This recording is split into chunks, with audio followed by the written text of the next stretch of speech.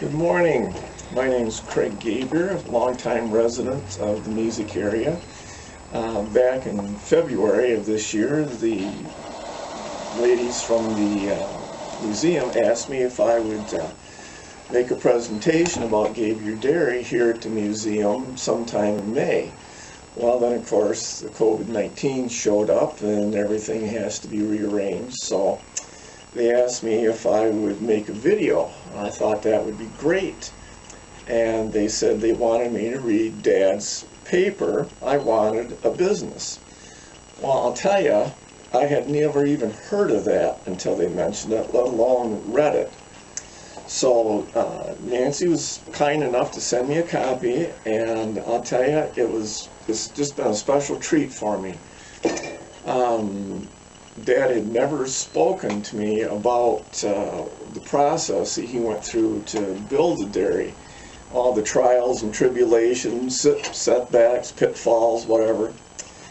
So, I'm going to read Dad's paper, and then afterwards I'll add a couple of things that I remember. Now I want to take a second and explain that Dad started his planning on this business about 1942. He began processing milk in 1947.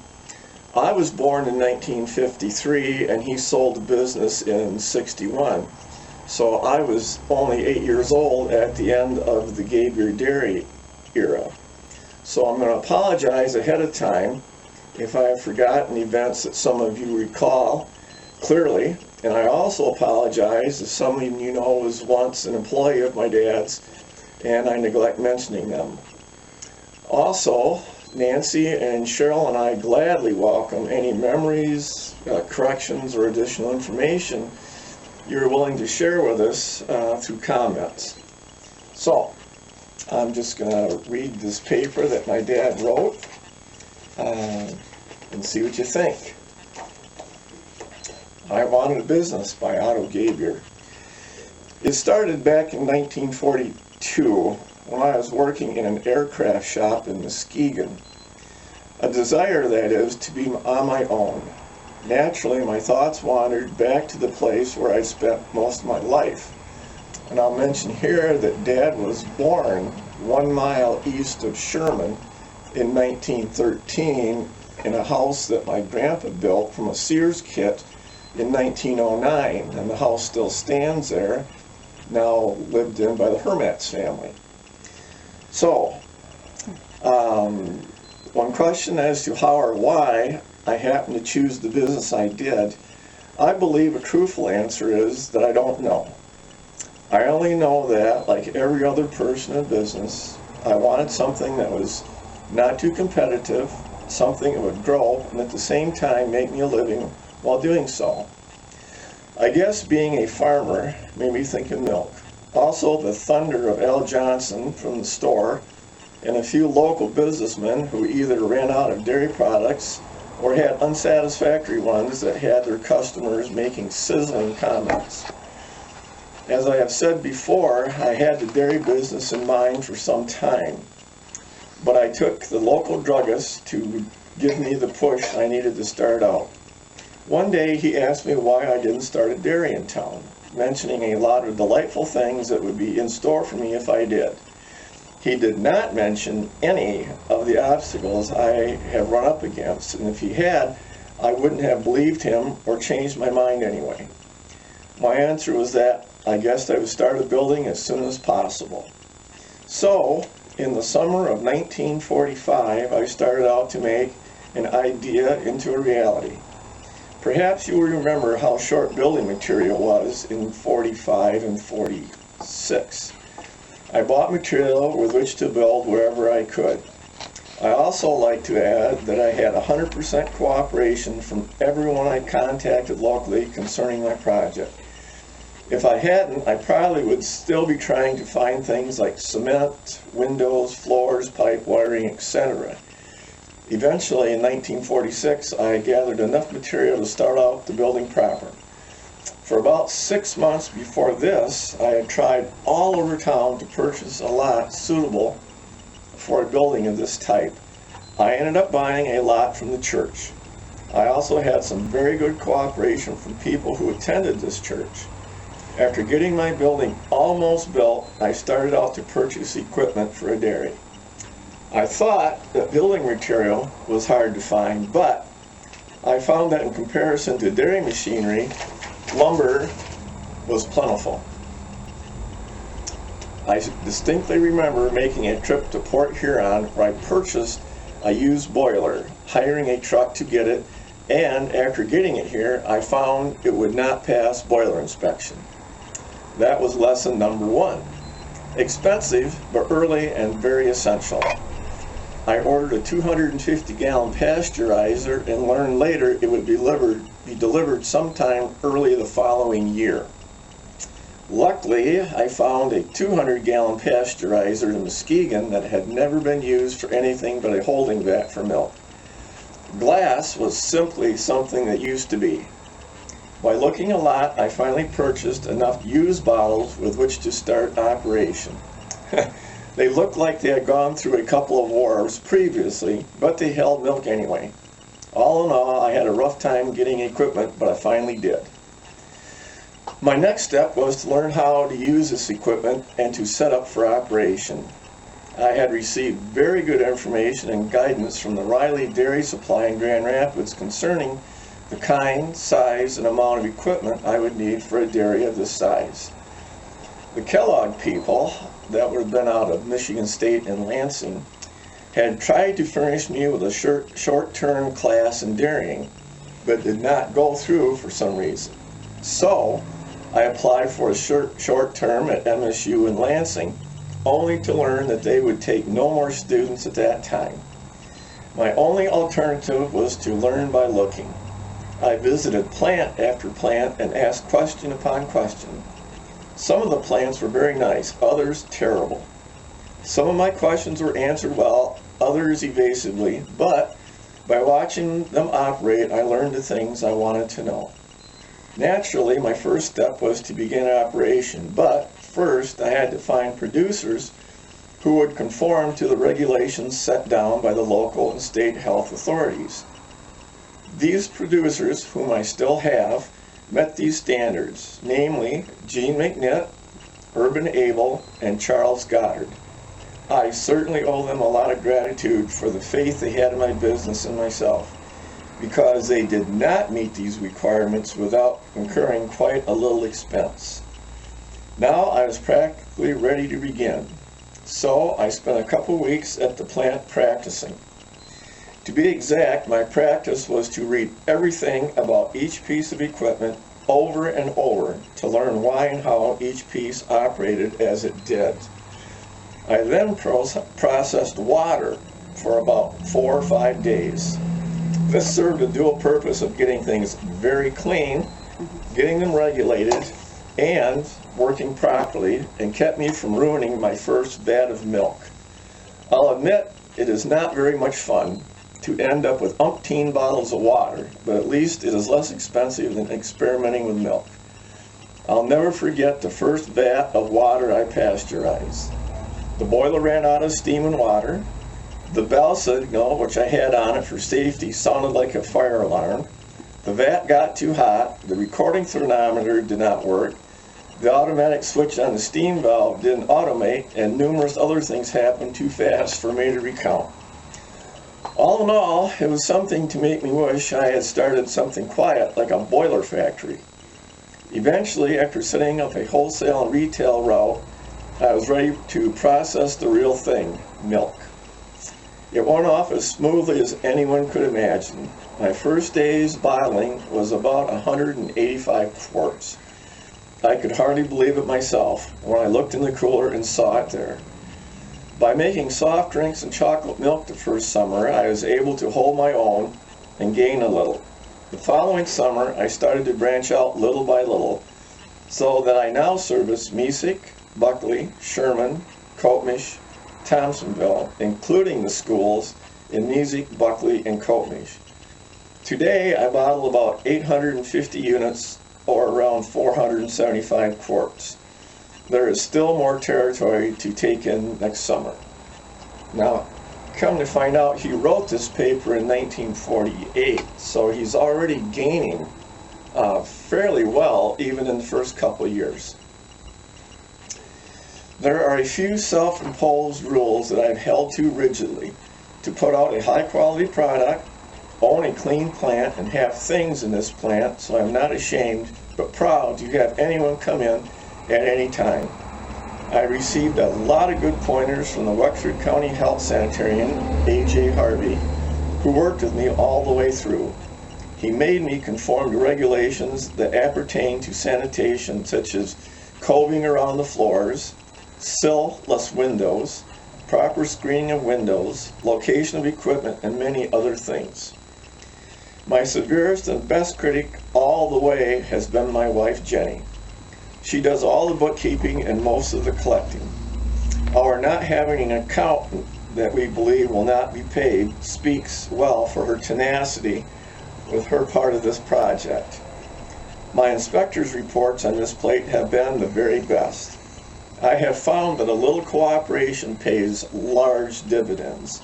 Have I had bumps? Yes, a few, that I will tell you about. I made 80 pounds of cheese that, if I had given the recipe to the government, would have put the rubber companies out of business. I've made buttermilk that tasted like chalk, and a good customer tells me that cattle were in someone's onion patch, or that the browsing on Shumac should be prohibited by law, that cows should not give milk on Sunday, etc., etc. But all in all, I've had quite a time. The people from this community have given me almost 100% cooperation. They have complained little, and if they did, only to help me rather than hinder me. They are all swell.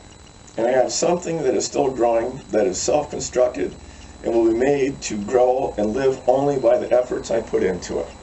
And after all, that is what I wanted. I wanted a business. And he goes in and says, and then there is a matter of licenses, such as sales tax, plant license, soft drink license, Babcock Tester's license, and store or wagon license. And also the matter of milk. What to do with 600 bottles of school milk when a blizzard prohibits school? Why doesn't the coffee cream whip? Why doesn't the whipping cream whip instead of turning to butter? And why does milk have to taste like a cow instead of a horse anyway? Where so many bottles go and never come back in so short a time. And that story was in my dad's own words. So, what I'm going to do now is a few recollections that I had of the dairy. But once again, I'll remind you that I was 8 years old when we sold it. So, the things that I remember are just a couple. You know, I kind of wish I was older, like Dave Diltz or Ron Ford or those guys that, you know, go back, that are 30 years older than me and could recall this stuff. So anyway, I'm going to tell you a little bit about the building and the location. The dairy, the school playground, the Free Methodist Church, and our house comprised the four corners at the intersection of South Walter Street and East John Street. The dairy was a single-story white building built on a slab and had a flat roof. I know there was a door in the front that opened into the room where Dad made ice cream and where the walk-in cooler was located. I remember the cooler had a huge, massively thick insulated wooden door with a handle like a car door on the outside. Then on the inside it was just a long metal rod with a round push plate. So I guess if you were carrying something, you just backed into the door and opened up. In the middle of the ice cream room sat the ice cream making machine, which I remember vividly. I remember it as a shiny round cylinder about chest level. Don't forget, I'm only about 5 or 6 years old. With a small gate like a door on the front that Dad would open when the ice cream was done, and it would slowly pump its contents into the cartons that Dad filled one at a time. He kept an abundant supply of paper serving cups and wooden spoons right next to the ice cream machine so I could test for quality. I believe he did it so I would have more friends. I don't remember all the flavors that he made, but I do recall vanilla, chocolate, raspberry ripple, butterscotch ripple, and I believe he made the first French vanilla ice cream in the area. Dad would use nothing but real product, no artificial flavors. But maybe they hadn't been invented yet. More likely, though, Dad wouldn't stoop to anything artificial. The flavoring came in metal 5-gallon buckets, and Dad would pour a specific amount into each batch of ice cream. I remember sitting on the floor of the ice cream room with an open 5-gallon bucket of butterscotch between my legs and eating out of the bucket with a wooden spoon. I'm guessing this wasn't a real sanitary process. Dad's French vanilla was a huge success. It was packaged in a round 5-quart cardboard carton with a separate cardboard lid and was pink and white. This was my Grandma Rose's favorite, and she always washed the cartons and stuck them upstairs in her house. I can't tell you how many dozens and dozens of those Mom and Aunt Lucille hauled out after Grandma passed away. Dad also sold novelty ice cream products such as popsicles, frozen fudgesicles, and orange sherbet they purchased wholesale from Sealtest and resold. His ice cream products came in several sizes, a small cup that was maybe 1 cup in size, half pints, gallons. His dairy products were white and chocolate milk, cream, large curd cottage cheese, and small curd.